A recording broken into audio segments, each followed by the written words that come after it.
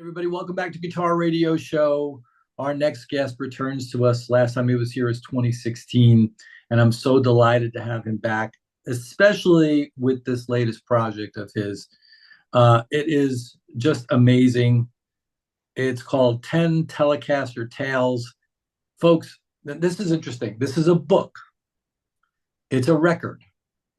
It's also an audiobook. So I want to tell you my experience real quick, and I highly recommend. I couldn't recommend this anymore. His team sent me a copy of the book, and I began reading the book, and I was like, boy, I can hear Rik's voice in my head while I'm reading this. And the record is out, so I'm listening to the record while I'm reading the book. And I said, geez, man, let me go look at audiobooks. And then I went and I looked, and there was an audiobook of this, which is its own animal entirely.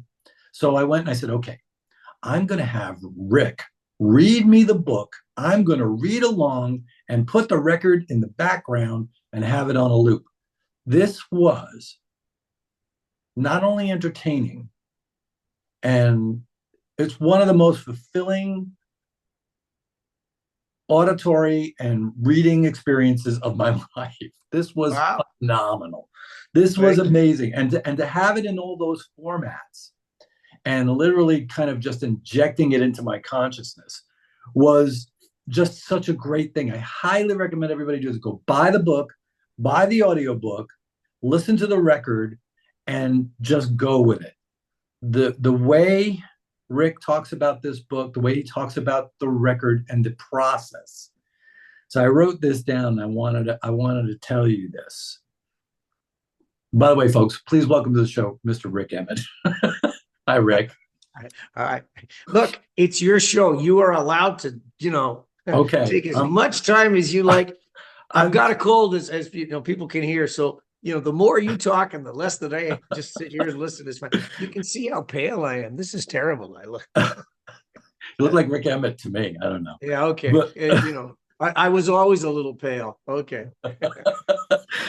I wrote, this is not just a documentation of this recording experience and of these songs and how they made you feel, but it's a textbook for others from a soulful, emotional, physical, as in playing, a theoretical standpoint, a recording standpoint. It's the whole package. Honestly, folks, this could be a course at a music school. This could be that, because it encompasses all the things that music has. It's the full bowl of everything. The inspiration, the music, the feeling, how it was done, why it was done, the honesty in which it was done in. It's phenomenal. This is really great. This is your greatest work. Thank you, Mark. It's very rewarding to hear. And, I'm also delighted that you sort of did the complete immersive, experience. Because I don't think I've been doing interviews now for a month maybe on this. And I don't think anybody's done that yet. So, you're the first to go that whole route. And of course, what you're describing, I taught at a college for a couple of decades, and I taught ensemble work. I taught, directed studies, sort of functioning like a producer, mentor for kids in their final year doing their projects. I taught music business. I taught songwriting, so all of that stuff of every week preparing lessons and, going, and that really probably trained me so that when I decided I was going to make this big leap, like, as I said to my editor, I'm going to write the most comprehensive liner notes ever in the history of a solo guitar record. Like, are you okay with that? And Michael Holmes, my editor, is a guitar player himself. So he was like, hey, man, bring it on. Fantastic. Great. So that's a nice thing. It's nice to have sort of an editor that's your fan, that lets you get away with murder. And but I enjoyed the process. It was a comprehensive one. But having said that, like, when you're just doing a solo guitar record, You're not arranging other instruments. You're not figuring out the egos of other people. So there's stuff about making music that's not in this book because it just wasn't in the, the way that I was composing and the way we're recording and stuff. But even at that, you do get a sense, I think, of how you collaborate with engineers, with guys that are mastering, how I'm collaborating with my younger self, with all of, the shoulders of the giants that I stand upon because of the people that came before, and I think every musician has to have that kind of humility when they're facing process because it becomes a question of, you don't want to just ape something. You don't want to mimic it. You want to take it and then use it to, realize it in your own way, but you want to incorporate it. You want to embody it. I want to be able to play things and like, I had a lovely email from Frank Troiano. He's Dominic Troiano's brother. And, early on, there's a piece on the thing called So Pushy, and I talk about channeling. Dominic was a hero to a lot of Toronto guitar players as the 60s was turning into the 70s. And Frank said, man, I listen to that thing and I can just hear Donnie playing. It's such a beautiful thing. And that kind of shit, you get goosebumps when people tell you stuff like that. You just go, okay, well, I guess I got something right, Yeah, absolutely. Yeah, I mean, and the you didn't have to tell anybody that you did all the uh cleanup, as you put it in the book, cleaning up the clams. You didn't have to do that. Oh, And that level of honesty is huge. Yeah, integrity is, I mean, everybody chooses their own, right? And I think for me, I mean, I'll tell you this, I just played 2 gigs last week, Thursday and Friday last week at the Redwood, and I hadn't played a live gig in 7 years. And did I ever choose a high mountain to climb? I went, okay, I'm going to play all 10 pieces of the Telecaster Tales solo by myself as the first set. And man, it was like, and 2 nights. So the first night I was nervous and I kind of had yips and shakes, and then, as the night wore on, I settled in. The second night I was tired because I'm old now. I'm not young anymore. So you get to a point where you're going, geez, you're playing the piece and you're going, what's the next riff again? Is this the one that goes up the octave, or is this the one that, I was a little bit old and shaky in my head. So my hands were fine, which I was worried about that, but no, that wasn't really an issue. It was more my brain couldn't keep up with the pace of the intellectual challenge I set for myself to play them live. And of course, yeah, what you're talking about when you're in a studio and you're recording and you can, you make a clam and you just go back and pick it up and then you make another clam and then you just go back and you pick it up and then you sit and you edit it all together and you go, it's a pretty good take. Let's do another one. But, you're never playing a full thing from beginning to end. Just because, sometimes you listen back and you go, that B minor 11 on the way through, and the arpeggio, I'm missing one of the notes is kind of ghosting. I think I want to do that, and we'll put that back in. So you can it's not perfecting, but it is making it so that it's palatable to me, that it's going to become public property, that it's going to go out and people are going to listen to it. I go, well, this will do for now. But I'm sorry to ramble, but this goes to the whole thing of prepping to play them live. I start adding things. I start putting chunks of stuff in like endings. I'll extend them a little bit. There's I got the guitar here. I'm just gonna. Is that Babs? Can you hear that guitar? No, can't hear it. It's cutting out. Yeah, sometimes the feed makes it so that it's not going to play. It's not going to allow music. Is that Babs? Yeah, this is Babs. Yeah. Oh, you got to show us that. Yeah. Yeah. So Telly with a Gibson scale length and a Gibson bridge. If I had it to do again, and Godin is talking about doing one, I'm waiting for a prototype. I had left these strings going back to the grommets. The next incarnation of this, I'm going to do a wraparound bridge. Ooh, I like that. A Graph Tech one, because when I sit and play just by myself unplugged, I can hear these strings ringing sometimes. And I go, Mhm. "Yeah, it's bugging me a little bit," but Mhm. really comfortable play, less than 7 pounds because Wow. it's all hollowed out, and got my name on the headstock there. There we go. Love it. Who's that guy? You know, so I love the idea of the wraparound because that is, to me, like I have an SG Junior with the wraparound, and it's the slink. It's honestly slinkier than a Strat. No pun yeah, intended. well, Gibson's should be because the scale length is shorter. But the other thing is, for me personally, I really want the strings high up. Like I would play arch tops if I could, but Hmm. you need kind of a solid body, for I don't know, tone and being able to play with certain amount of level and stuff. But I am very much an arch top kind of guy. So I like the Hmm. strings to be high up off the face because my fingers, like when I'm playing, my nails will tap against, and I hate that. Like, so I want lots of space here so that I can Hmm. kind of dig in. Hmm. So Hmm. that was one of the reasons why I designed the guitar. You can see it's got a bevel in the back. Yeah. It's got a bevel here for the arm, Yeah. so Yeah. we'll see what Godin does, we'll see how Yeah. it turns out. I'm anxious to get to see it. Absolutely. That's beautiful. Do you think at some point this is going to be a guitar for mass consumption? Well, I would think what Godin just did a thing with Alex Lifeson did a guitar that was sort of something that he'd used, in Permanent Waves or one of those. He would go through stages where he would try different guitars for different things, and he had one that had a Floyd Rose and lock-in Yeah. nut and all that stuff, 3 pickups, Strat kind of style guitar, souped Strat.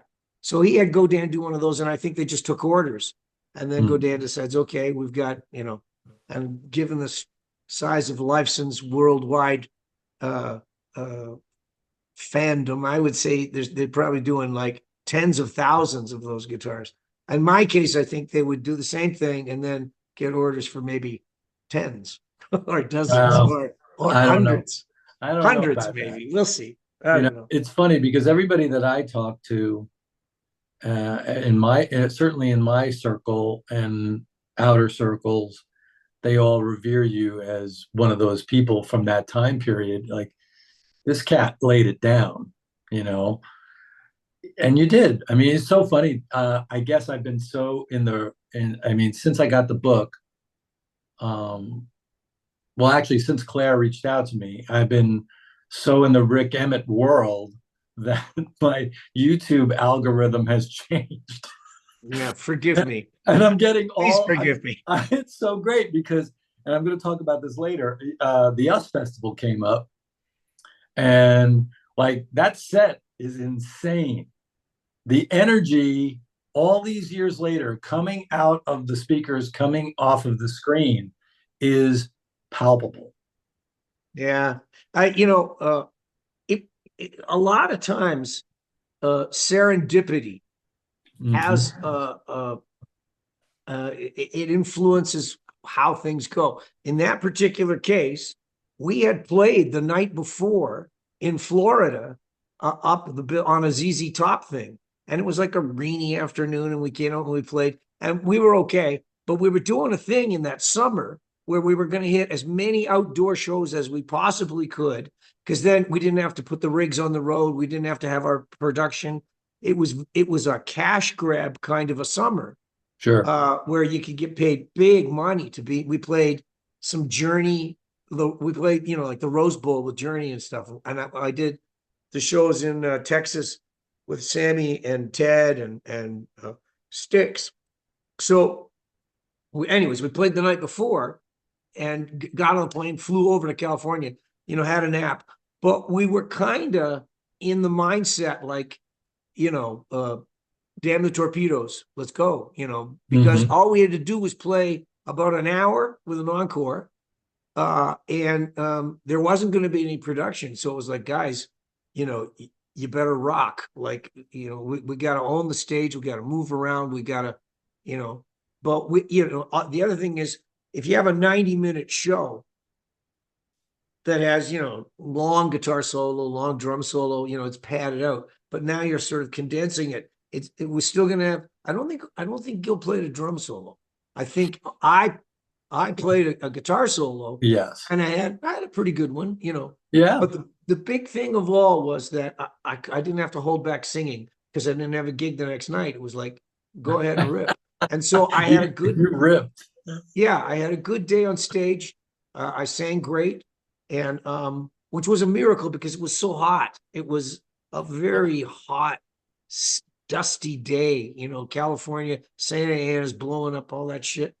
Um, but hey, it was kind of fun too. You know, again, serendipity. We got booked for that because it was like Wozniak, you know, of Right. Apple. It was his money, and he liked us, so he Yeah. wanted us on the bill. Right. But the other bands were like Motley Crue and Judas Priest and Van Van Halen, of course, Halen. was the Yeah. headline. Yeah, yeah. So there was a lot of excuse me, like excess. You know, a lot of that kind of guys in makeup and guys in black leather on a 92-degree afternoon. You know, and you're kind of going like, man, well, you know, I went on in a pair of white jeans and a you know, and a track shirt, you know, a pair of running shoes and running around. Like, so there was the thing about sort of being the outlier. And I think in all the years since, it's kind of become the thing that it made Triumph stand out. It was like, hey, these guys, they're not like these other bands that are, you know, party all night long. It was more like fight the good fight, you know, magic power of the music, that kind of Never, message stuff. So never surrender. Yeah. Yeah. I mean, and you running around, full sprinting, running around with a Ibanez double neck, which aren't light. no, no, no. That thing was like it was like you were had a grand piano hanging around your neck, you know. But that was a great guitar. Like you know, Great guitar. it was always tremendously reliably in tune, and you could you know be running around. And I did change out the tuning pegs to put mini Shalers so that there would be a little less weight up on the Hmm. headstocks. I had Hmm. a Gibson once. Can you see that? You can see the white Gibson in the Yeah, I can background. see that back there. Yeah. Yeah, so that's a custom shop one that was from the mid 2000s. But I'd had one that was a factory second back in the early days of Triumph, and it was an old one, and it had a cracked headstock. Anyways, uh, it was so light that Mm. when you leaned back, it went sharp, and then when you leaned forward, it went flat. Like the necks would move, you know, one piece mahogany, so Yeah. that they would be moving around a little bit. It wouldn't go out of tune. It would just kind of, you know, it was like And they were also pretty thin too, in yes, they were. general. Yeah. Yeah. So Because if you rocked, you could add a little bit of tremolo. well, I love it, you know, and I'm going to talk about Never Surrender in a little bit, but at the end of Never Surrender at the US Festival, you take that guitar and you're holding it with the two necks and you're wiggling the necks like that to get this whoa, whoa. I'm like, what the hell? Is he out of his mind? They had like walls of Marshalls that were from SIR, you know, Right. from and so it was rental gear. And so you would pretty much just dime shit, you know, and go, okay. And so then it truly was a thing of, and most of the time in Triumph sets, I did have, I think, an MXR 90 on the floor, and I had maybe a wah wah I can't remember, but I hardly ever used them. You know, Yeah. I would use the phaser for kind of a chorusing effect when I was doing arpeggio parts and stuff on the 12 string. But essentially, I would turn the guitar down to 2, and that would be clean, and then dirty, just hello, and then the amps would be like whoa, you know, Right. just singing. Yeah. That's cool. Let's get back into this record. So the record, so we want to talk chicken and egg for the listeners, you know, who have to go out and buy the book and the audio book and then listen to the record in the background. It's this is required. Um, but the track, and I'm pulling this out first because I want to have that recollection of what we were just talking about with the US Festival. So the Cowboy and the Gaucho Waltz, Yes. which is beautiful. They're all beautiful. I mean, and they're all, you know, it's so interesting. You know how certain records, there'll be standout tracks, and just like, oh, here's a standout track. You know, this is one of those records that really needs to be, in my opinion, needs to be listened to as a body of work. Like how albums Yeah. were back in the day. Yeah, Nowadays, I would agree with that for sure. Yeah. yeah, so many artists are forced now to put out singles, just to keep up with the algorithm that's ever changing algorithm of white Yes. noise, and to keep the listeners' attention. So, they'll do 10 tracks and then release a track, and then a month later, so, so and so and so and so. But this is one of those records to me that is definitely a body of work. But that track, when I heard the ending, that ascending ending, I said to myself, wait a minute, I've heard Rik do that before somewhere. And Yeah. then the algorithm on my YouTube showed me Never Surrender and the ending to Never Surrender. And there's a similarity there.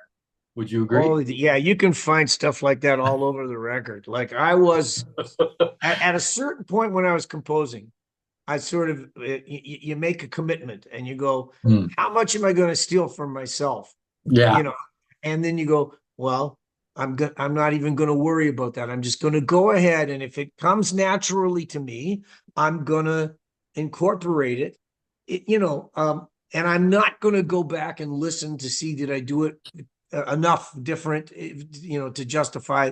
I went, nah, I don't give a shit. I'm just gonna, write the piece, and if it works for the piece, then Hmm. it works for me. So there Hmm. is that where I think people are going to listen to a lot of stuff, and of course, folks don't know what kind of a guitar player I was, in high school bands, but there's some of that in there, Oh, I bet. and Act Three, the band I was in before Triumph, was a very progressive kind of a rock band. I played, a big Guild X500 on stage. I had a double neck. I had a Les Paul. I would even sometimes get a classical guitar out, and we would play Yes medleys and Mhm. uh, King Crimson things, and it just, we were all over the place. But some of this, like Blinding Light Show from the first Triumph album, was an Act Three song that had that riff, that bum ba ba da da diddle diddle da da. But when we played it in Act Three, it was in odd time signatures, so it went like bum ba ba da ba ba diddle diddle da da. Like it would have extra notes. So it was like, how do you count that? Well, let's try nine, see if nine works. Um, so, and I play it for the guys in Triumph, and they go, we're not doing that. Straighten it out. So, okay, great.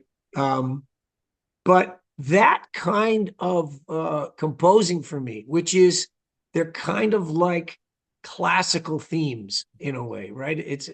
And 10 Telecaster Tales is full of that. There's Absolutely. things too, I think that, if you live with it for a while, you're going to realize, hey, that lick in that song, like the lick that's in the verse of So Pushy, it comes back in the bridge of Slinky. And you go, Hmm. the Yeah. same lick. And I go, yeah, but I did that on purpose. Like I wanted there to be an integrity to the 10 things where they weren't just pulling from outside, they were pulling from inside. They were, there was an integration that was happening. And when you Yeah. talk about, you use the word honesty, and I would use the word integrity. Like I would tell students all the time, that's one of the things you're looking for. You're looking for the piece to have its own integrity, the group of pieces. And of course, this is not a new concept. Aaron Copland's book, What to Listen For in Music, he talks about the long line, la grande ligne, which is like, this is what you're trying to do when you compose. It Hmm. has to have a logic. And Leonard Bernstein, you can see clips of him on Instagram, teaching in his omnibus series. And he talks about Beethoven and how when Beethoven finally made his decisions about this ending as opposed to this one, this transition is that one, it was because he was looking for the next note has to be the logical one. There's no other alternative that would be better. And Mhm. that, so sometimes if it's like I'm plundering from myself, I go, so be it, like that's the way I'm wired. And so that's what's going to be in the song.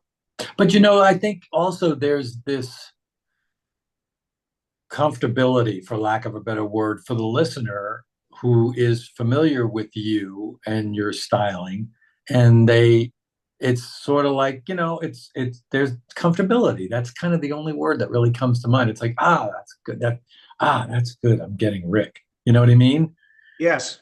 Yeah. I, And I think that's probably true of every artist that's ever had a career that, went from decade to decade. It's like Mhm. people listen to James Taylor and they go, no, don't wander too far away from the James Taylor that I love. Right. And sometimes as an artist, you go, yeah, well, I'm tired of me. I want to try something new. And if you don't like it, then you're just going to have to lump it because this is what Right. I want to try and do.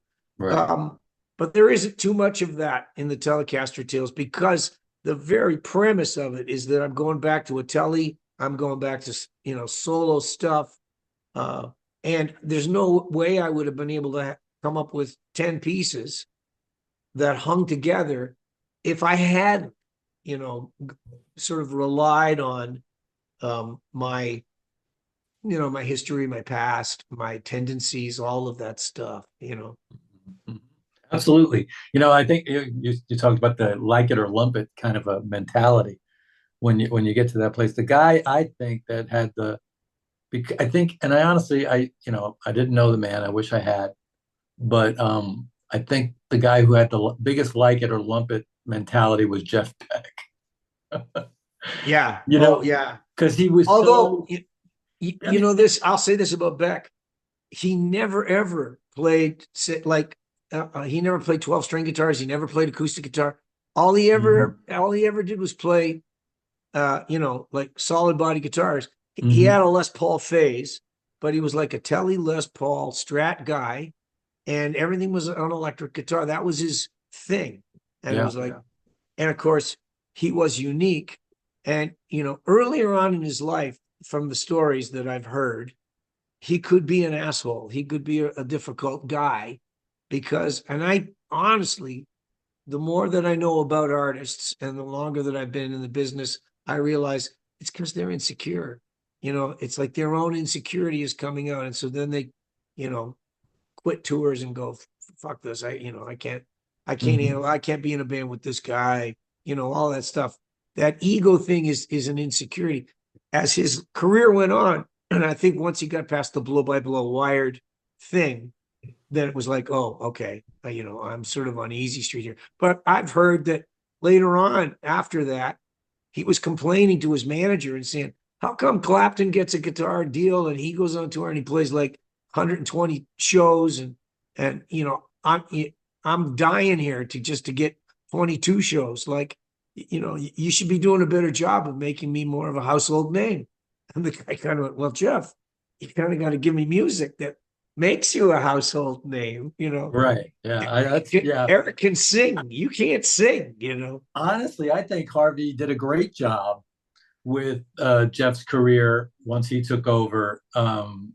He put him. I mean, he got him in the Rock and Roll Hall of Fame, which was Oh, a good yeah. thing to happen. He got him on bigger tours. Of course, his Jeff's friendship with Billy Gibbons was really helpful, getting him on all Yes. those tours. So, I mean, no, I mean, and also pushing Jeff to go ahead and put out more product, which was Yeah. important because he was Yeah. so. I mean, he had these huge gaps. I think the smartest thing that ever happened in the long chain of that was the run that he did at Ronnie Scott's and having those videos. It was just like, oh, this guy is one of the greatest guitar players on the planet Earth, Absolutely.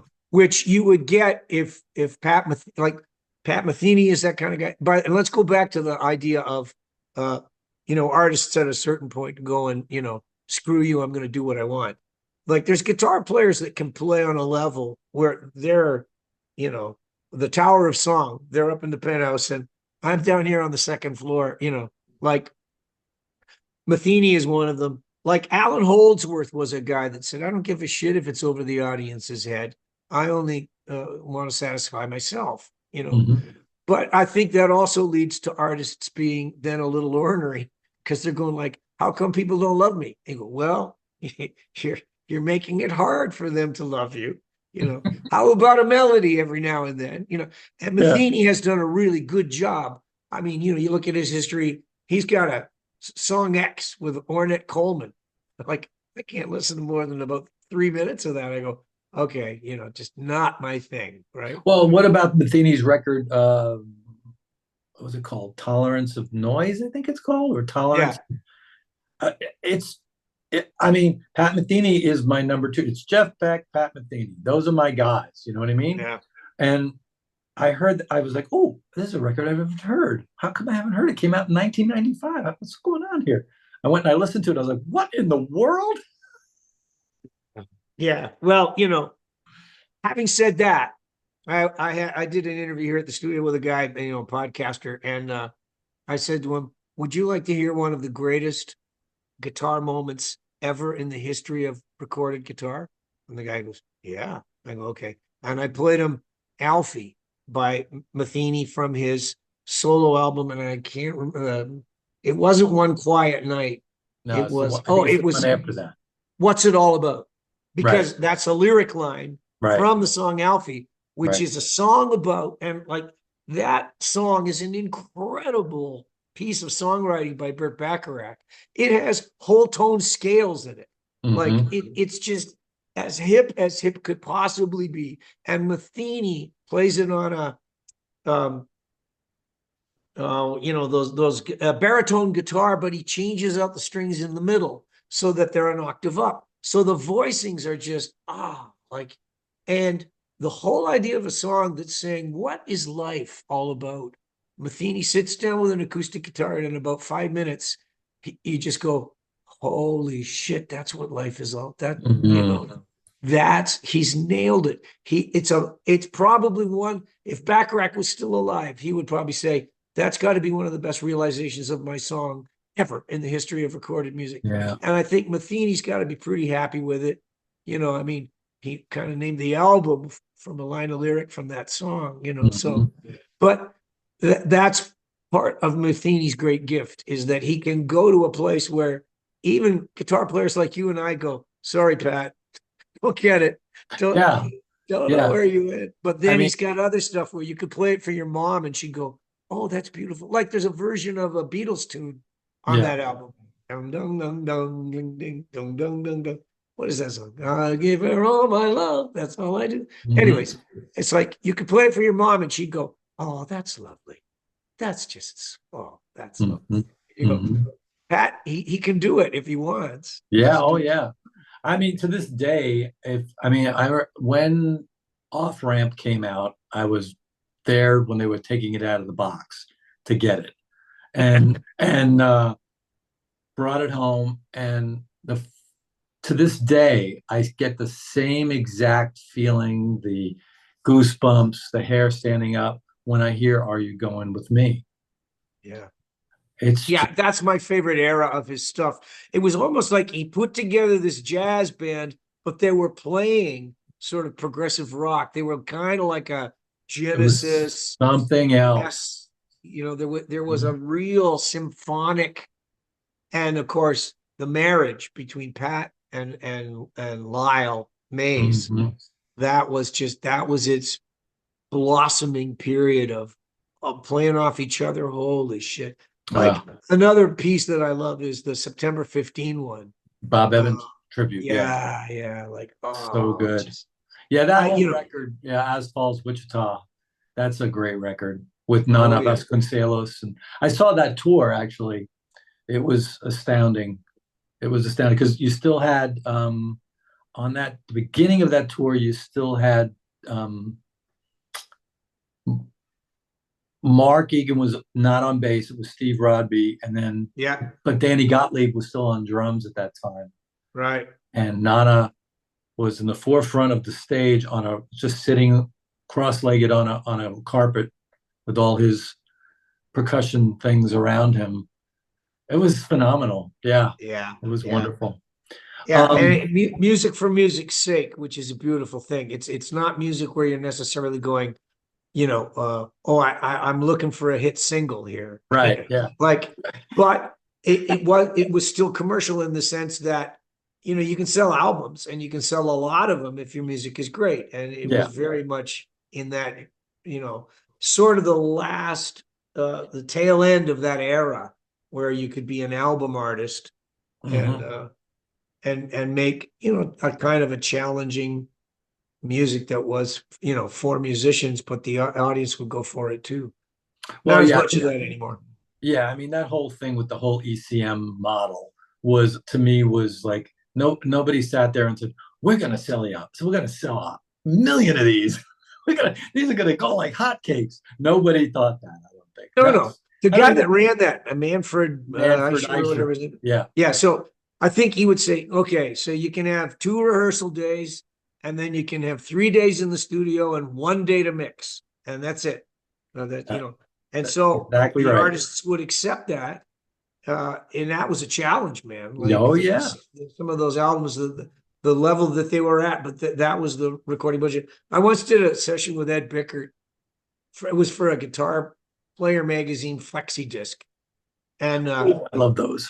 yeah, and he played a solo on a thing, and it was sublime. And he comes into the control room, and then we listen back, and then it's like so great. Everybody's going, oh, Ed, it's just so great. And then I say, you want to try another one? And he goes, what? And I said, do you want to try and play another solo? He goes, we have time for that. I go, Ed. Yeah. And so he played a second one, and it was totally different than the one that he'd done. Totally different. But it was equally as good. It was Hmm. incredible. And so Hmm. then I made a decision. I go, I'm going to do an edit point, and then I'm going to use the first half of the first one and the second half of the second one. And when I did the edit, he was just like, whoa, I didn't even know you could do that. And like, I don't know if Ed, some of it was a kind of a humble modesty, like he might have been snowing you a little, like, Uh-huh. yeah, but still, it was that thing of his world of jazz guys that, did records for, we have $3,000 and we've got to get it finished, and Triumph would be like, we're going to spend $3,000 in 1 day, on overdubs for less than one Oh song. my God. Yeah. Well, that's a real quick story, and I want to get back into the record. Did you ever hear the story about when Les Paul and Chet Atkins did the Chester and Lester record? Is this There- the story about clams? well, no, it's the story about Go ahead. is it Les pulling the wool over Chet's eyes. So, and Les told me this story himself. So I think I believe him, although he was a bit of a shyster sometimes. Oh, yeah. um, he told me that when they got there, they said, okay, so we're going to do a day of rehearsal. And then the next day, for Friday, and then on Saturday, we're going to come in and we're going to record it. We're going to lay it down. And Les was like, well, that's great. Can we set up the mics, get it good? Let's get it sounding like we want it tomorrow. And this way, then we have some reference tracks we can listen back. And Chet was like, yeah, sure, we could do that. Okay, great. So they set that up. They got a nice sound. They record the tracks. And of course, if you've heard the record, I'm sure you have, there's all sorts of talking and bantering in between tracks and some laughs Yeah. and stuff like that. And then when they got done with the record, Chet goes, okay, so tomorrow we'll come back and we'll do that. He goes, and he says, no, he says, I already have a flight. I have a flight out. I'm out of here. He goes, what you got is good. I'm going. And he left. Yes. And when I've heard the story, Chet says to Les, what about all the clams? And Les goes, oh, Chet, you just leave that shit in there. People love that shit. Oh my God. It's Yeah. the best. And then they won a Grammy. It's the collision of two worlds. Yes. And the recording kind Yes. of captures that, right? That Yes. here's Chet, he wants to be tidy and he wants to be perfect. And here's Les, and he just doesn't give a shit. He's just, hey, we're doing a radio show. Woo! Yeah, I got to get back to Jersey. Yeah. Oh my God, it's the best. I love that. So, it was interesting about in the record. I didn't put it together until you told me while reading and listening um, that you could trace this track Slinky back to Spooky, back to Sunny. Yeah. All songs I love. Yes. Um, and I've heard so many covers of the song Sunny. I mean, so many people have done it, singers and guitar players alike. And I mean, I even think, didn't even Grant Green do a version of? Probably, yeah. Yeah, There's a few of those tunes, like "Ain't No Sunshine" is also a tune that's another kind of one. Yeah. in that ballpark of everybody can jam on it. It's just such a great tune. Yeah. And and now when I hear Slinky, I go, son of a bitch, there it is. Yeah. It's There's a lot of stuff. It's too bad that that the guitar, the sound isn't. There's settings that you can have in the Zoom thing where you can make it so that you can hear music, but you got to go in and you and I both have to do it. oh wow, okay. Anyways, you know what I'm talking about when I talk about a 2-5, right? Yes. Yeah. So, and for the people that are watching that maybe don't, it's like chords in a scale. Each note in the scale gets a chord, and a 2-5 is the second note of the scale and the fifth note of the scale. And a 2-5 is something that people jam on. So, Mhm. when you hear like the beginning of Benson's thing. Do, do, do, do, do, do, do, do, and it's like an A minor to a D or whatever it is. Right. So, this Masquerade. That's Right. a 2-5. And Right. so there's lots of 2-5s on Telecaster Tales. And one of the tricks that I used as a compositional thing was I used tritone subs so that the two would then go, like let's say you're playing I can be specific about Slinky. It would be going along and it would play an F sharp minor 7, and it's going to a B, and then that would be a Mhm. B og 9, and Mhm. then now the next chord's going to be an F13 flat, 5 kind of a thing. So Mhm. that little turn of a tritone sub, as it turns to lead us to an E minor chord. Mhm. The pieces are full of that, all of them. And Slinky in particular has a bunch,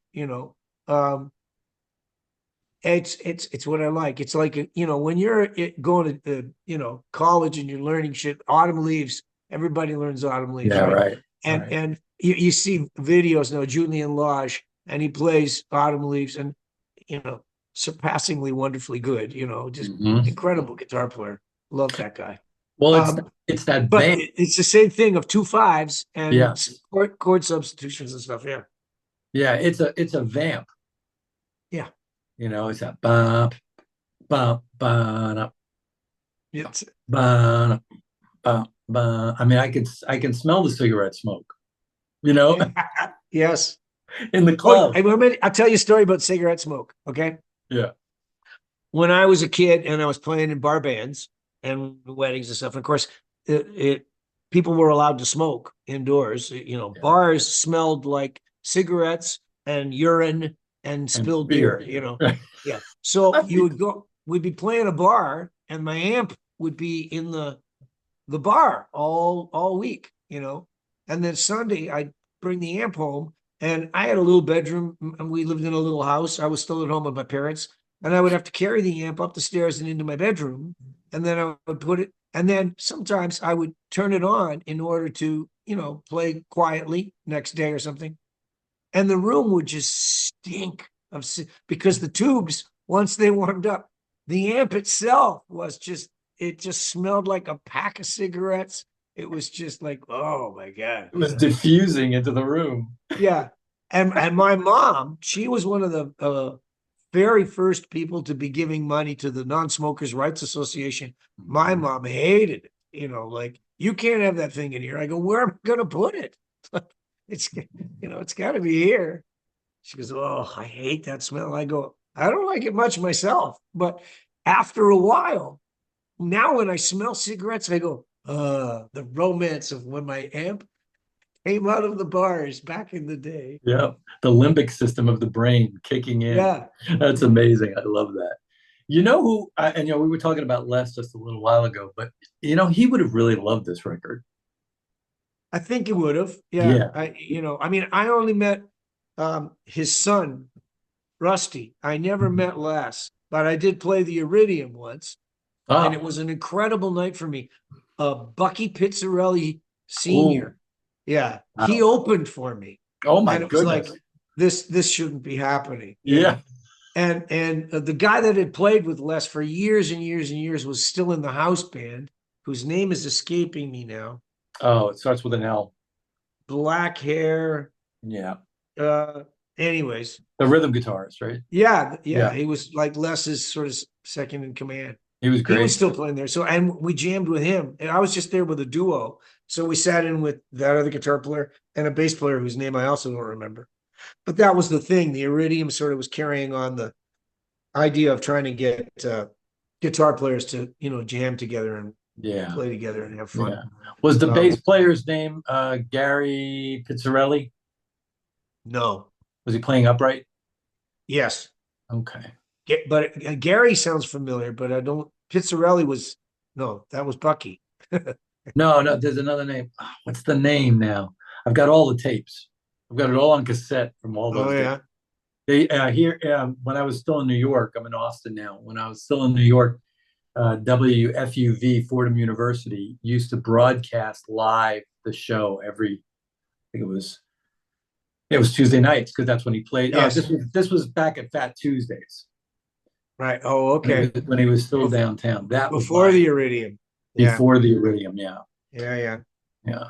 But yeah. So I love the how you can draw that line from sunny to spooky to slinky. It's super cool, and there's so many songs like that Yes. in the world. I love that. I really do. Um, let's talk about the book itself for a second, the tangible thing. Am I allowed to show a picture on the screen? Of course. Okay, cool. Yeah. So this is legit, right? Hold it really close to your screen. There you go, so people can really see the incredible messy gibberish of my notating. Okay. All right, get rid of it now. It's So embarrassing. this is legit, right? This is Yeah, the here's real the deal. thing. I wasn't going to necessarily include it. I'm so And then glad one you day, did. what? I'm so glad you did. Yeah, well, I'm glad that you're glad, but I'm telling you the whole story here. So, at one point, I was looking at my binder, and the way I work. Let me just go grab it so you can see how I work. Okay.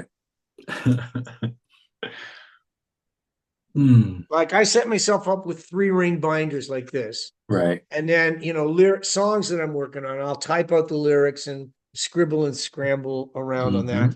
But the section that was the 10 Telecaster Tales, let me find one of those. Here's Real Glide. That's what they look like. And it's just so that I can put it on a music stand and I can kind of fight. I'm going, what did I do again coming out of the second verse? And I can go, oh yeah, okay. And of course, all the scribbling is because I'm constantly changing my mind. I'm going, nah, I don't like that. I'm gonna do something else, or I'll play it and I'm getting to the point where I go, I'm getting close to recording, and then I go, nope, C section's no good. I gotta write a new C section. So I said to Michael Holmes, my editor, I think you'd probably like this. I find this is like showing pictures of myself from my grade 8 graduation with pimples, like this is me, naked. This is not good, Yeah. but I do think I do understand the integrity of it. Like we were talking about that before. Like this is literally a revelation of this is how Rik's process works. This is the way Rik writes music. Like I can't write music on a staff. I'm no good at it. I can't read music on a staff. So that's the way I work. And it's messy, but it's effective. It works for me. And that's the important thing, right? That it works for you. Yeah. because I sat here with it and I'm like, okay, I've heard these songs 20, 30 times already now. So, okay. So I'm like, okay, sit down with this. Let me grab my telly. And I'm sitting down with it. I'm going, what the fuck is Rik doing here?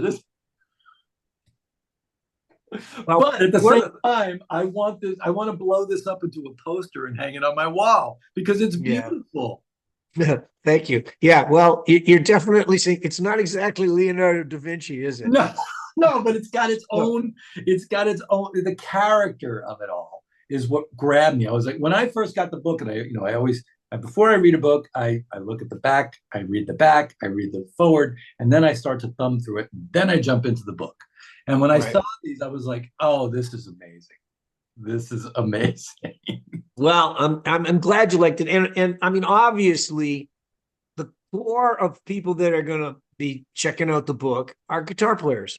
Right. And everybody knows that guitar players are the worst musicians for reading on the planet. Drummers are better readers than we are. So, and that's saying something. Yeah. Anyhow, yeah. But I thought this will be good because guitar players will kind of go, "Oh, that's great. He's not a good reader either. Look at this gibberish hieroglyphics shit that he." It's like, okay, this is great. And I hoped it would give guys more of a creative license Mhm. to go that step further than they might, because they might go, I can't finish a song.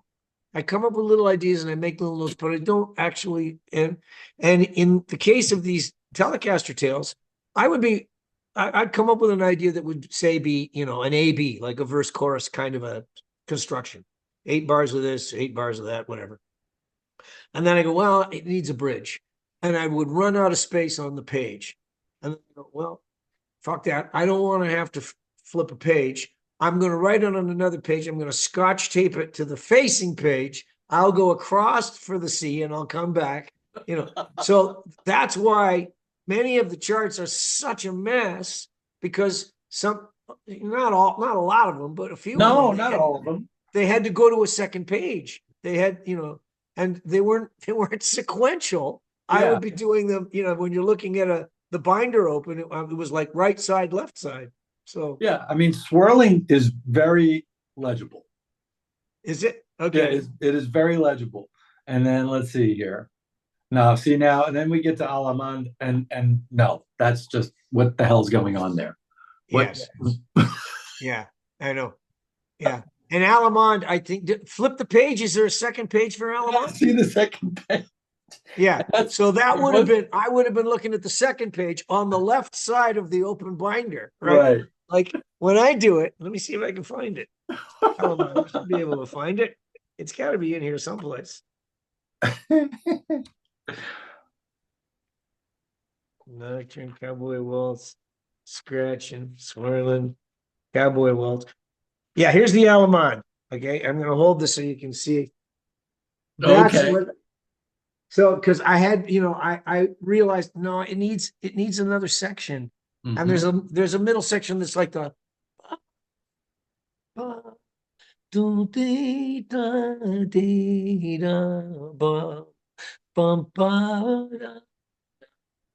It's very elegant and simple, but Peace didn't have enough kind of a sweet, gentle character. I had to come up with another section. And I Mhm. really like that. That's one of my favorite bridges in all of them. Yeah. And when I play it live, I really like it. It gives me goosebumps when I played it live. That's Yeah, beautiful. because it's just one of these things where you're playing the chords into reverb. So they're going, bah, and you're hearing the Mhm. na, na, na, na, na, Mhm. and everything's, you're filling the hall with reverb. It's like, Mhm. oh, I like that feeling. Yeah, for sure. I know I keep coming back to Les, but when I heard the opening track, So Pushy, I thought of I thought of uh I thought of Les. And that song was Oh, like, oh, yeah. yeah, I really did. It gave me a Les feel. There was another track on here too that gives me that too. Gee whiz, definitely. Oh yeah, well Yeah. that's a walking bass, right? Boom ba Yeah. boom boom ba Yeah. boom boom ba Even doom. though Boom. he didn't do a lot of walking bass. I mean, he was, No, no, that part Les of it. was he was more of a single note guy, and he really Yeah, did need another guitar player to play off of because absolutely. he didn't necessarily capture all of the chording. Yeah. But yeah, it's interesting you say that about So Pushy because man, I don't hear that. It's a 12 bar blues, jazzy, and the verses are the 12 bar, but then it's got a head this and when I wrote it, I was thinking, man, this thing needs something heavier. It needs something more rock and bluesy. What would Billy Gibbons do? What would Ted Mhm. Nugent do? I need something that's like I need a Jimmy Page kind of greasy thing that Mhm. tees up the 12 bars. So then I had this head thing that was like and variations of how those riffs would turn, you Right. know a big G, a big D, an F and a G, da da da, oh, back to the da da, and that's a lick that's like I think of that as Chet or Jerry Reed or those kind Mm. of bap to the do ding down to the do Yeah, I da can see ding that. go bow, Like a Roy Clark, even too. yeah. Like the claw was a very important piece for me when I was a teenager learning how to. It was like if you couldn't play certain chunks of the claw, which was a Jerry Reed piece that I'd heard on a Lenny Breau record. And then I heard it on Chet Atkins alone. And I went, okay, I got to learn this. If Hmm. I want to get through the gates into guitar school, get into the guitar world, I have to, you got to be able to play this shit. And Yeah. so that was one piece that I learned. And I learned the Chet Atkins version because the Lenny Breau one, I think the Lenny Breau one, he might have dropped acid after the second verse. Like it just, it has a lot of when he gets into a flamenco thing and it's like where's Lenny going with this, whoa, Mhm. anyhow. Yeah. Yeah. I love what you also said about Joe Pass in the book too. Um, the uh, One of my early mentors said, have you heard Joe Pass? I mean, I must have been, I don't know, 16 or 17. And he said, have you heard this? I go, no. He goes, all right, here's the record you should go and buy right now. So I went and I bought Virtuoso. And I was like, okay, this is a home. This is, what is this? This isn't even guitar. Yes. This is an orchestra.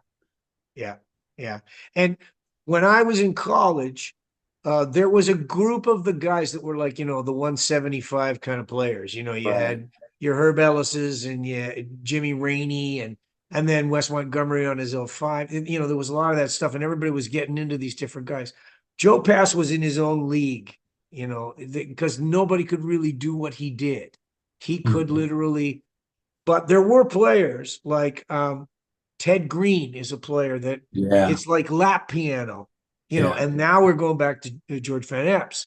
And that's what George Van Epps called it. He goes, no, a guitar is a lap piano, and that's the way you should play it. And Yeah. so it's like, whoa. And Joe was so good at it.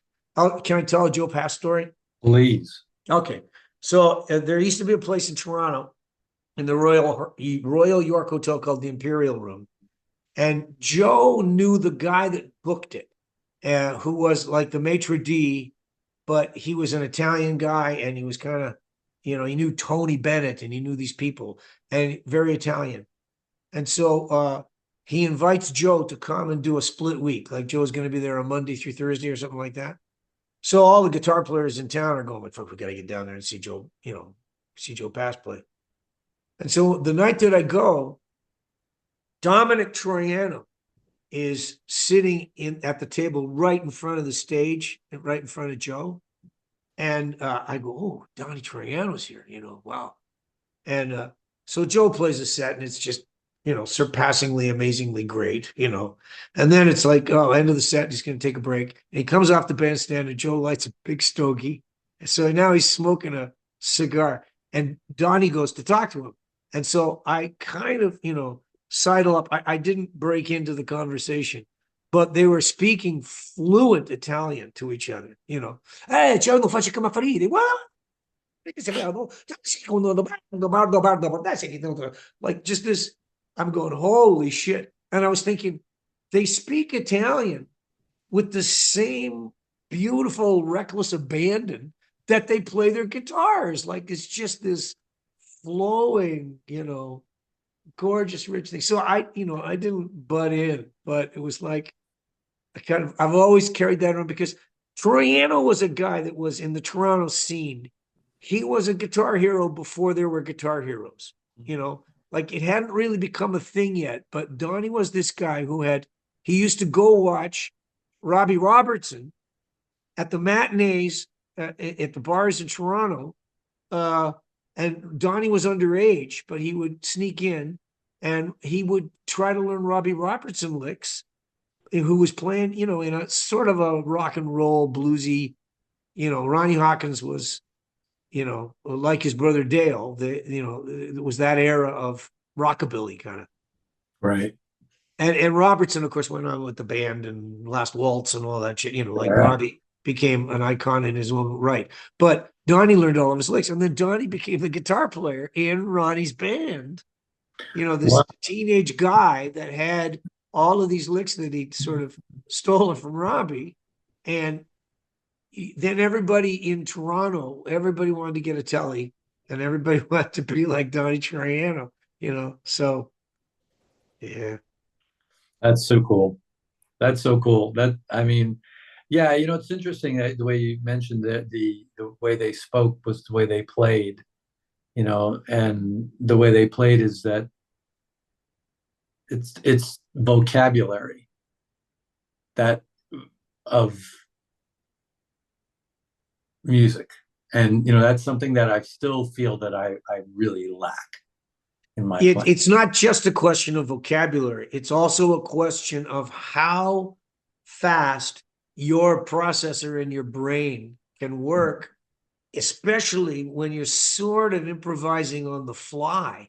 Like there's some guys that are just so fluid that they can, like they're playing single note stuff and there's passing chords that they're playing. Nobody in the band is even playing them, Like I'm going to go back to the Bickert story of the Flexadisc. When I had done the demo and sort of set up the bar structure and stuff on the 24 track, I had a section that Ed was going to play on, and it had like one of these walking bass things. Boom, boom, boom, boom, boom, dum, dum, boom, bum, bum, bum, bum, bum, bum, bum, ba-dee, dum, dum, dum. And I had played the chord progression in a very sort of Herbelis, Freddie Green kind of chord, chord, chord, chord, chord, chord, chord, walking bass, chord, chord, walking bass, chord, chord, chord, chord, right?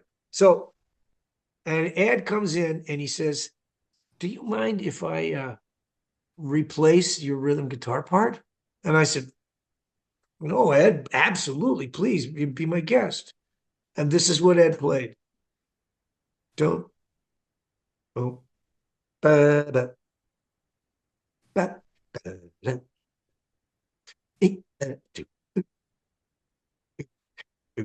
like just, and mostly just the tritones of like a dominant seven, like he would play the dominant seven with the third on top, that kind of thing. Like just 2 notes, 3 notes tops, Then when he played the overdub, he played every single fucking alteration that existed melodically because, and I said, "Ed, how did you do that?" And he said, "Well, the bass line's telling you everything you need to know. If you're coming at it from above, it suggests certain things. If you're coming at it from below, then, so to him, the walking bass was that gave him everything that his ears needed to hear. He didn't need somebody playing the full chords. And it was just, it was like such a revelation to me. Like, oh, that's how his brain works. Like he hears the from the bottom up, he hears this stuff on flow. Like I can't hear it that way.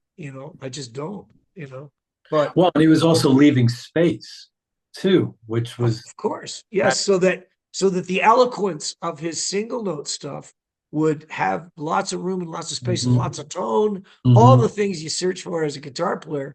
Sometimes what you need to do is turn around to the other guitar player on stage and go, "Hey, shut the fuck up." You know, you go, keyboard player, don't need you, Right. you know. Right. Yeah. And it's so funny. This book and this experience that I've been through here with it, and all of the different versions of it that I've been immersing myself in. And recently, I believe everything happens for a reason. This has been very serendipitous for me because I've started a new project with a good friend of mine who's on my co-host Rob Wingler. He and I are starting a music library, and uh, and last weekend I went to see a singer songwriter by the name of Amos Lee. I don't know if you're familiar with him or not. No, I highly recommend you check him I'm out. gonna I'm gonna make a note. Yeah, check out my favorite record is the Mission Bell record. Okay. It's beautiful. His voice is astounding. He's a wonderful songwriter. But every time that he comes to Austin, I see him, and every time he comes with a different band. Oh yeah. With the exception of his writing partner, the pianist who also plays B3. And it was that evening was such a lesson in dynamics and leaving space and letting the air with the music roll over you. Yeah. That it got me. It's all of this, and then with this book and listening to you talk about it and listening to the record also showed me this. Oh wow, it's a solo guitar, but there's air, there's space for me, especially like Winter Nocturne. And then the story with Winter Nocturne, which really I resonate with tremendously so.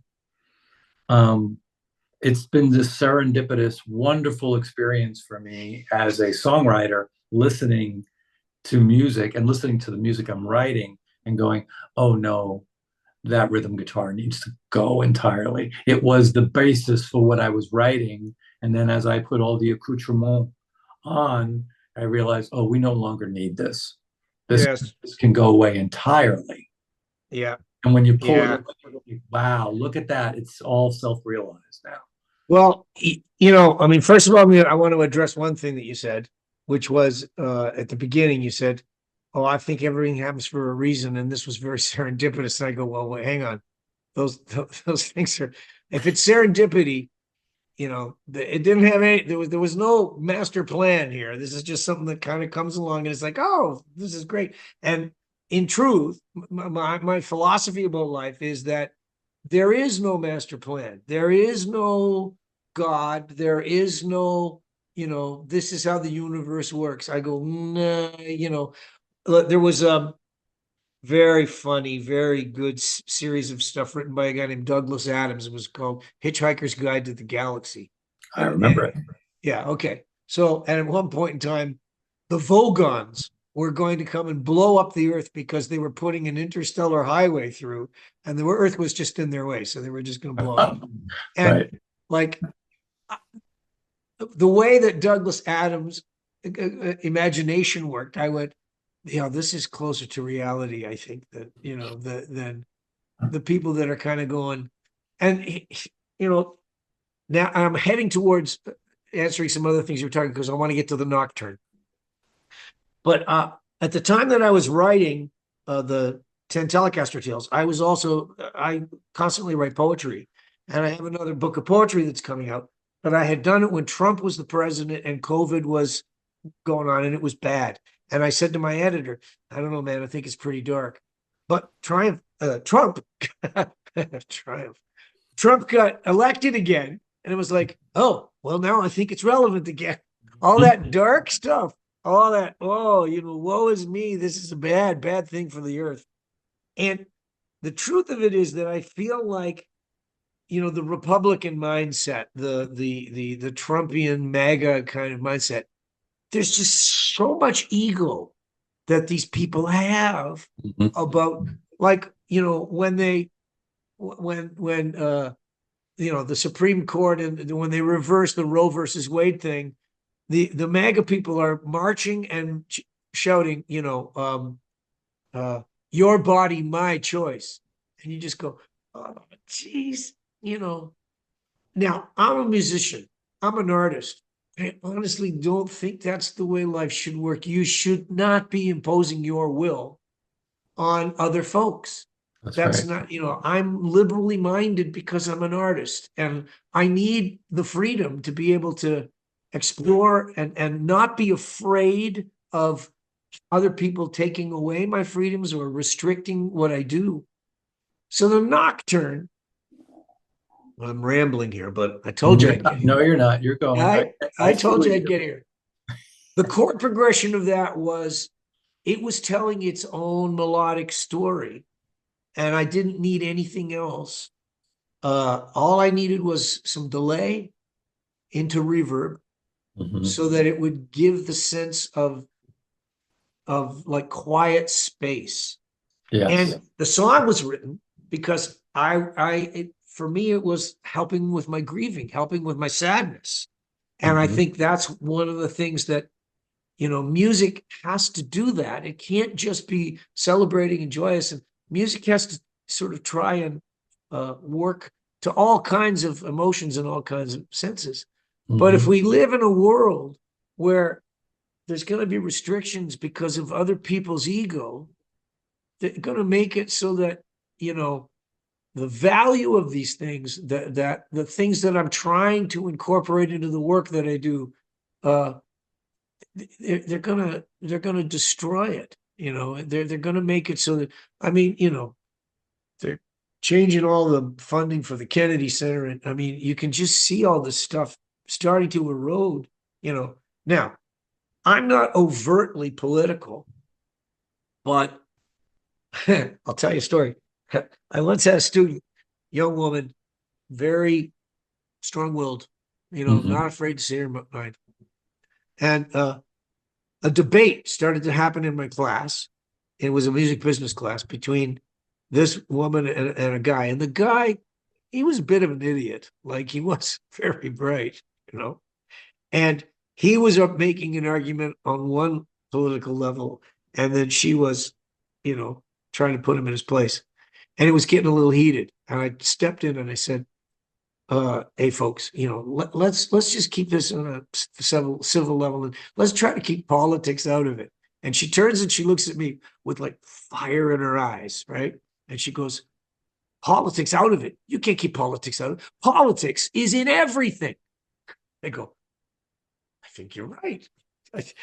I, I never looked at it like that, but I think you're probably right. It's true. It is.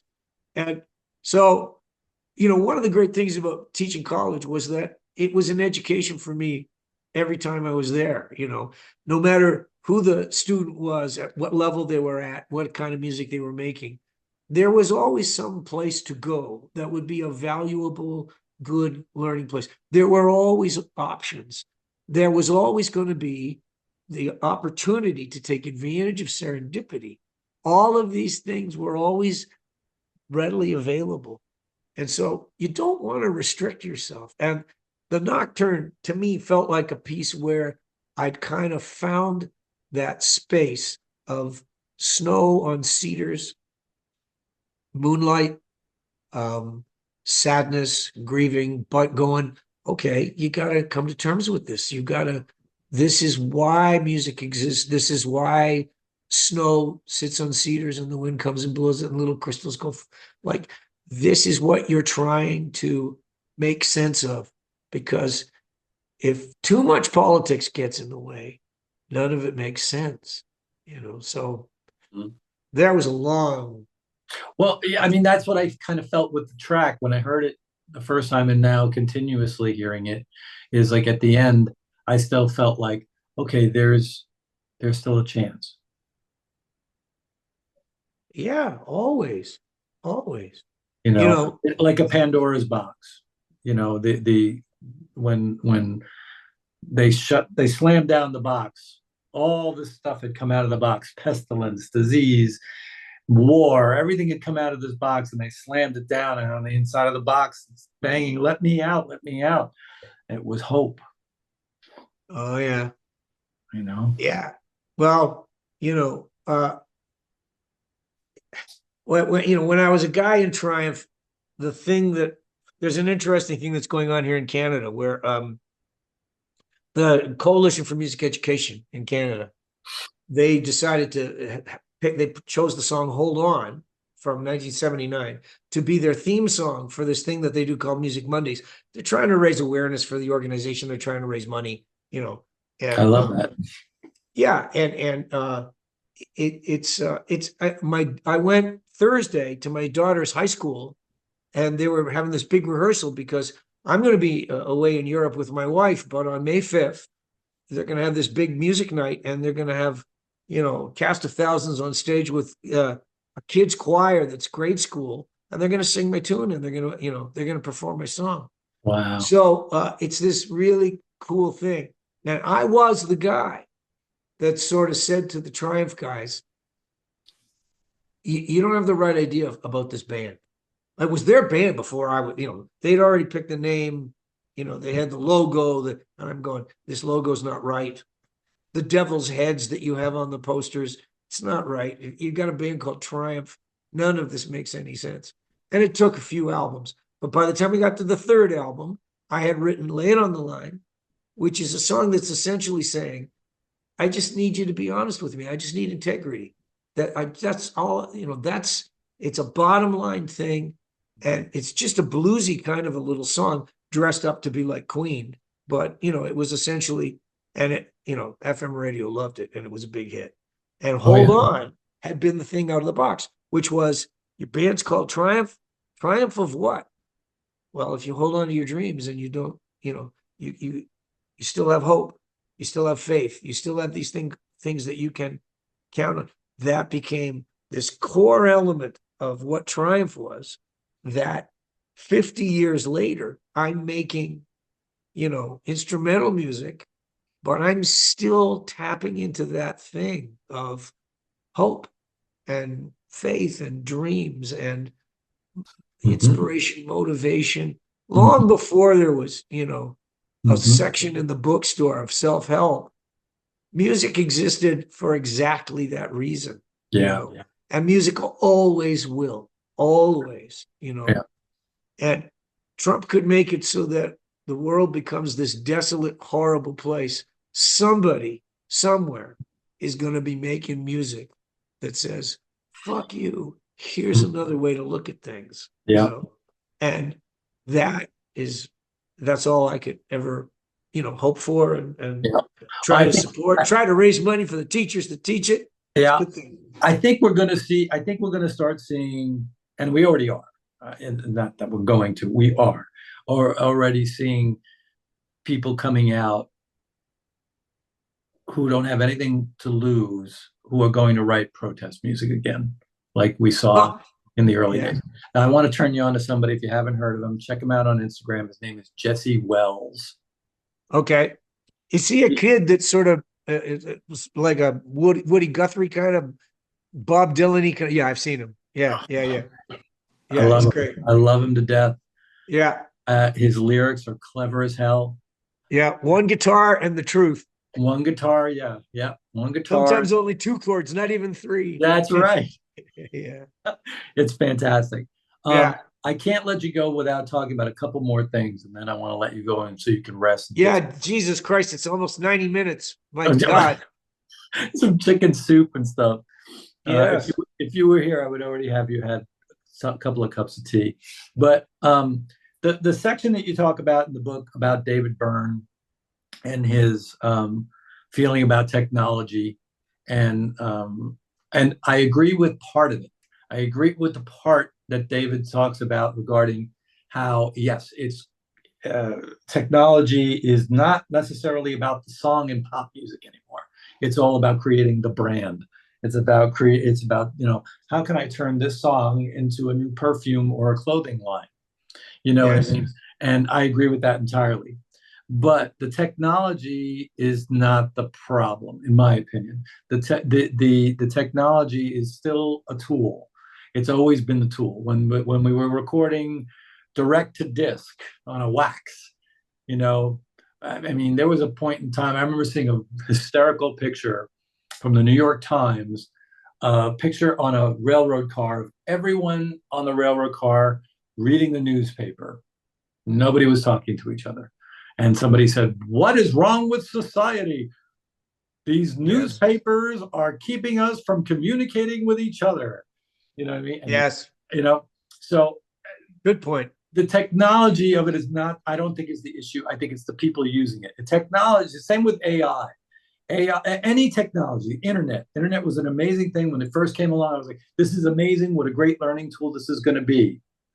Not thinking, and now I have that mindset of, okay, evil people do evil things. Everyone will take something and try to twist it in a way that it's not going to be used for a good thing. AI is the same way. I'll talk about right back to David Byrne. My favorite David Byrne recording is with Brian Eno called My Life in the Bush of Ghosts. If you haven't heard it, highly recommend it. It's an album I probably Okay. listen to 4 or 5 times a year. It's brilliant.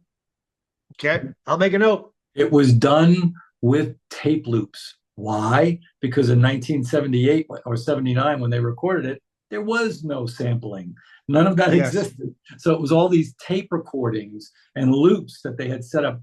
I had read a story in Mix magazine about it back then that, they had 8 or 9 machines going at once, go all funneling into the board and then into one machine to collect it all. Yeah.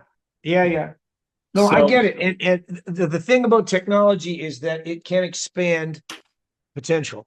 And, the Absolutely. 10cc I'm Not in Love, where, they created the loops and it created this Brilliant. velvet hat. Yeah. Okay. So I'm with you on that.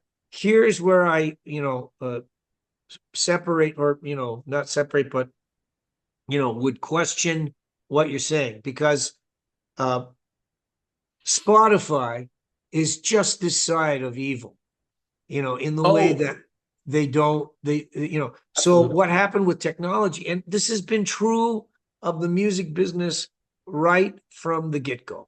Like, somebody had a piano that would sit in the parlor and in the 1880s, and grandma would play, and everybody would gather around the piano and they'd sing songs, but you needed grandma to be able to play the piano. And then somebody went, no, we can do a thing where we can build a reel that plays, and she pumps the pedals and they can play the songs. So player pianos became a thing, and there was rolls that you could get of popular songs and put them in the player pianos.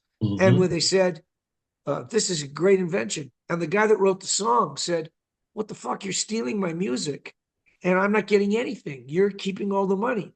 And they went to Congress and they said, come on, this is not right. They went, okay, yeah, we'll give you a penny. And the penny rate was established. And to this day, a mechanical royalty rate is about 8 cents, 9 cents, tops 9. Every year it gets renegotiated with governments. And every year the people that manufacture music and sell music and manufacture the things that sell music, they say, we don't want to have to share. It's too expensive. You're making it so we can't, Sirius XM radio starts and says, we can't pay you the same thing that terrestrial radio played. We can't do that, man. We got to pay less. So everybody keeps trying to figure out a way to squeeze the artists. Now I'm going to talk about something else. You talked about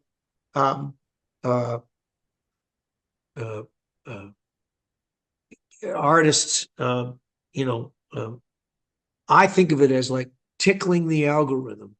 What you have to try and do is figure out, how do I make it so that lots and lots of people are going to want to, be downloading my stuff, be, playing me on streaming, adding me as a favorite, so it becomes this cultish kind of thing where. Absolutely. And I have a friend, Alan Shoesmith, and when he retired as a music teacher, he decided, well, I'm going to do classical guitar things. I'm going to do really peaceful, sweet, soft kinds of easy to nature kinds of, and I'm going to give them titles like that. And and he has made a tremendous, I think he's making more money now as a Spotify kind of artist in a niche than he ever did as a teacher teaching high school music. So Alan said, let me help you, Rik. I can do this. And so 10 Telecaster Tales, it's up on streaming. And, he gets back to me right away and he goes, oh, Rik, yeah, Nocturne it's killing. Everybody loves Nocturne. I go, well, of course they do, because your playlists and your connections are to the people they're looking for the soft, easy to take kind of stuff. And this is right in that ballpark. And so Hmm. they're gonna like it. I go, how's So Pushy doing? Yeah, well, that's a good, like, um, but I always had a respect for an audience. And I always used to tell students, you have to work straight at an audience. You don't play down to them. You don't, think, oh my God, they're so important to me. I have to play up to them. I have to cater to them. No, you got to work straight at them. Be honest about yourself. Be honest and truthful about what it is that they like. And, try to scratch that itch. Try to meet them where they live. But you have to try and scratch your own itches and do your own thing too. Technology has a way of taking artists from their own search, inside their own heart and soul, inside their own head, uh, and moves it to this thing where they're fucking playing around with, hey, if I can take a 4-bar loop and I'll do this, and then I can do this, and then I can do, and then, oh, we'll get a sample of BB King going, hey, yeah, we'll put that in, like, Hmm. and Hmm. I used to teach a unit on this in college, and I would say plunder phonics. Yeah, sure. And samples, and absolutely. But there's a thing of being an artist where you have to be alone in a room with a pen and a pencil and your imagination, and Hmm. you don't even touch your instrument, and you realize work. You get into process and you make it happen. And often that's going to be your best work, because even guitar players, we sit around, we noodle, we noodle, we noodle. Oh, we got a thing. We kind of like, we're noodling, we're noodling, we're noodling. We never finish the song. We're noodling this one lick, and we've lost ourselves. And you have to find yourself. That's the key. The process is about finding yourself. So you can lose yourself with technology, and that's the other danger of it, because it's infinite. Holy shit! Once you get inside that box, you talked about Pandora's box. Oh my God, it's an infinite challenge. Absolutely. Technology. Oh man, like, and you can just lose yourself. I don't think it's a like it's not an accident that I said to Blair Packham and Steve Skingley, the recording engineer and the mastering engineer, hey, you guys want to write something? And it ends up being like, I don't know, 12 pages at the end of the book. Like, because holy shit, it was a solo guitar album, and the amount of compression that was going on and the amount of plugins, and like, holy crap.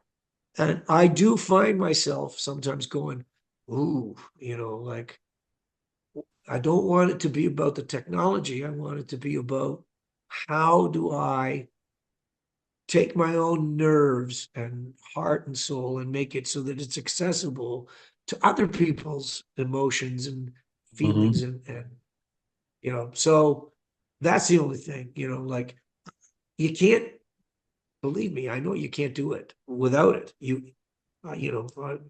Triumph, we built our own studio. We had two 24-track machines hooked together within the first 4 or 5 years of our existence. And they're like, technology is this voracious beast that just never stops wanting to, move ahead. And it does. It will not wait for you. And I used to tell students this: the this is the rate of change. This is the speed of change. It's the time it takes for uh, bits and bytes to flow through fiber optic cable. It's the speed of light. Yep. That's how fast change is happening now. And I go, well, sometimes for me, the best work I do is when I'm not thinking about that. And I'm just thinking about, what kind of notes would I put together if I was trying to find what wind sounds like when it's going through the tops of the cedars. And that's a metaphorical thing. That's a writing thing. That's something you do. Technology's got nothing to do with that. Right. Yeah. Exactly. And that's really what I was shooting for was if we're gonna it's here, we're gonna use it. It's about using it the most in the best way that has the most integrity. Yes, That's what it comes. absolutely. And yes, you were right. You said something about, evil begets evil, or Yeah. evil people do Evil evil people do things. evil things. Yeah. Yeah. Yeah. And that's the truth of it. And not everybody's coming at it with the same set of skills. Hmm. I once met Pat Metheny backstage at a trio show in Toronto, 81-ish, somewhere around there. I think he was playing with Higgins and wasn't Charlie Hayden, but well, it might have been. Dewey Redman. Yeah, maybe. Anyways, trio. Crazy good, incredible good. And I go backstage to meet him, and we're talking about things and stuff. And he goes, "Yeah, I just recently got a Synclavier. You ever heard of them?" And I go, "No." And he goes, "Oh, it's like he says, Rik, I'll be lying in bed. Uh, it's in the other room, and I just got to get up and I just got to go to it because it's just that fucking thing kicks my ass." All right. That's great. Truth. Metheny doesn't write on guitar. He writes on keyboard. Everything he writes, his guitar pieces, he writes them on piano. That totally makes sense. Yeah. I mean, especially like when you hear tracks like, Letter from Home, oh God, I mean, a lot of those early things too, Yeah. on American Garage and stuff. I mean, yeah, you can totally hear that. Yeah. Yes. The Yeah. lap piano. So I think we've arrived at a pretty good understanding here that Pat Metheny is a guy that technology, yep, I'm going to take advantage of, everything that it has to offer me, Right. but I'm also not going to lose sight of, the things Right. that are organically the things that made me love music in the first place, Right. Right. So, hopefully, some of that's going on the Telecaster Tales. I'm trying to Oh, sum I up think because so. I want to go now. Okay. Also, real quick, want to mention, folks, during all this, an EP came out called Six String Sketches. So I imagine these are tracks that were also recorded during those sessions. No, No. they were predecessors, and I'll explain this to you. So Oh, I have okay. recorded a bunch of stuff, 24 tracks that I just used to do as downloads off my own site. And it was just I've written all this stuff and I recorded all this stuff, and then I went, yeah, I'm just going to do downloads off my site. And then this guy Alan Shoesmith came into my life, and then he said, Rik, you want to feed the beast? Like it'd be nice if we could come up with stuff that could come out every month, And I went, okay. And I said, well, I've got this bonfire stuff. And he said, you got any guitar instrumentals? And I said, yeah, there's 6 of them. And he said, great, let's do that. Let's package it up. Let's make it look like it's a prequel, like, to the 10 Telecaster Tales. So it'll be the 6 sketches, whatever. What was the title we gave it again? String Sketches. Yeah, 6 string sketches. So we kicked that around a little bit. We came up with the alliteration, and the artist that does the covers, Janine Leach, and did the illustrations in the book. She was like in there, like, oh yeah, let me do this. I want to do a cover for this. And then the other 18 songs are going to come out in little groupings, like every 4 weeks or every Oh, something. neat. Oh, this is so cool. Yeah, so that's going to happen throughout the summer because it tickles the algorithm. It's like Yes. it keeps, and people go, oh, there's new Rik stuff to have in my playlist. Yep. Full circle. Yeah. That's wonderful. Folks, Yeah. here it is, The Telecaster Tales by Rik Emmet. It's a book. It's a record. It's an experience. I highly recommend you get the book, get the audiobook, sit down with the both, have the music going on in the background. It is such an experience. It was a full, all the senses were happening. It was wonderful. Right on. Rik Emmet, So much. thank you so much for writing this and doing this and putting so much thought and of yourself in. I mean, this is literally blood, sweat, and tears here. It really, really is. It's so good, and I love it, and I love you for doing it. So thank you very much. Thank you. I can only say what I always say when people say, "Oh, Rik, thank you for your career and thank you," and I always just say, "It was always my great pleasure. Always that the process has always been the rewarding thing for me." So, thanks, Mark. This has been fantastic. Feel better and enjoy Europe. Okay, we'll talk again in the fall when my poetry book comes out. Love it. Love it. Have Claire reach out. Fantastic. Okay, Thank you. see you, Take man. care. Bye bye.